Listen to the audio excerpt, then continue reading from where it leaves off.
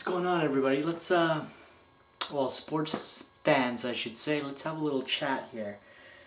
Now, anybody that's following understands the fact that I have a match, a tribute match with Daniel Chan to start the show off, and then I move on to the main event and wrestle Claypot. Both matches for my championship. And I made it that way. I have no problem with being a defending champion. I was a defending champion when I was the Fallout champion, and there is nothing different here.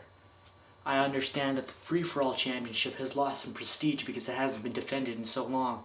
So it is the number 2 championship, which makes me the number 2 champion, but that ain't bad at all.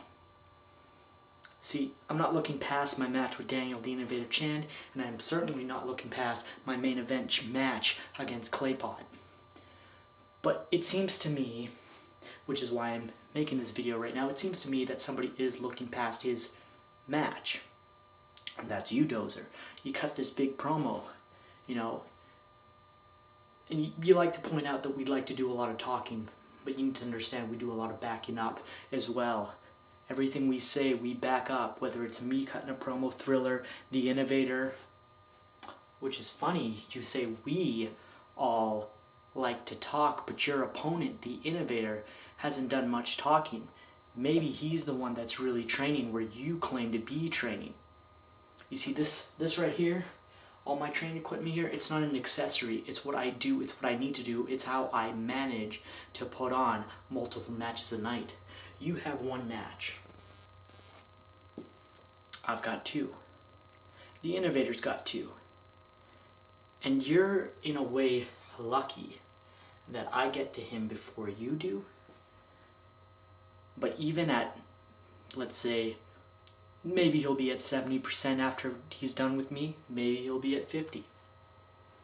Either way, that's more than enough to give you the fight of your life. So I suggest you don't think about me or Thriller or putting your number 1 contendership on the line.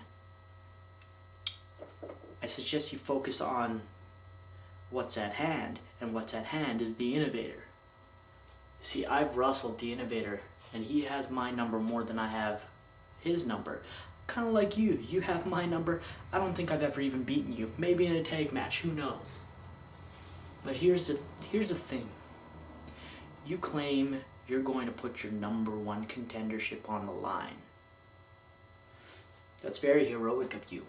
That's very heroic of you considering who the champion is right now.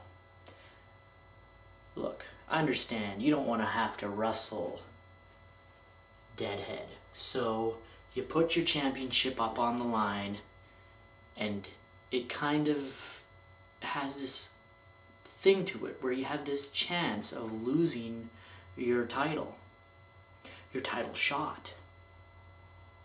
So that's all that's going on through my head right now.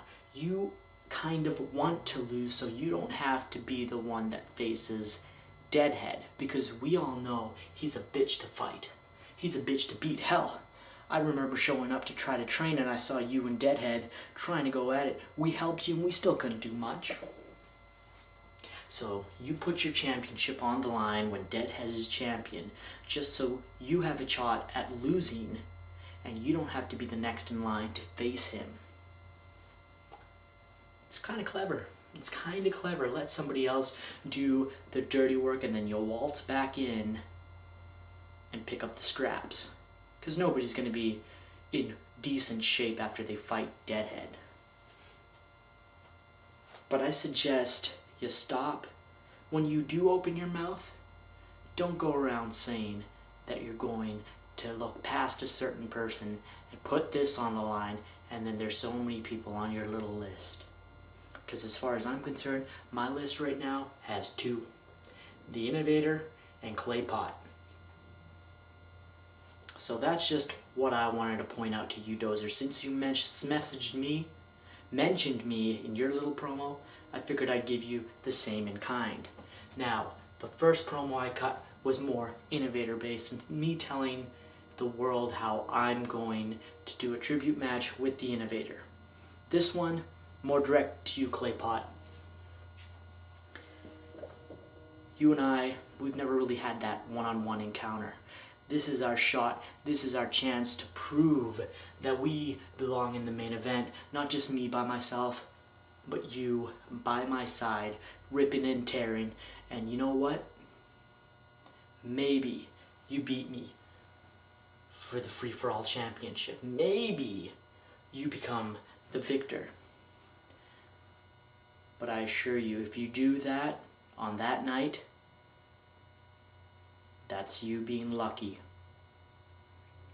There's no way I'm walking out of that event without my championship. Now, if you want multiple matches out of this, that's fine. I can take you on this event, the next event, and the event after that.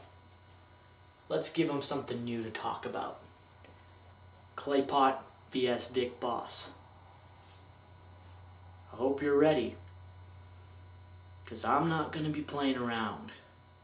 Every time you showed up, I shrugged you off, but I know you're tough. Your first ever BFB Fallout champion. It's nothing to laugh at. Hell, we've had people walk into battle royals and not walk out. They've had to be taken out in a stretcher. And in that very one, you won. It goes to show how tenacious the people that wrestle at BFB are. Well, you survived. Let's see if you can survive Vic Boss. Oh, and Mr. Butt, by the way, that invitation for a little bonus match with me involved, it's still out there. Hope to hear from you soon. This public service announcement is officially adjourned.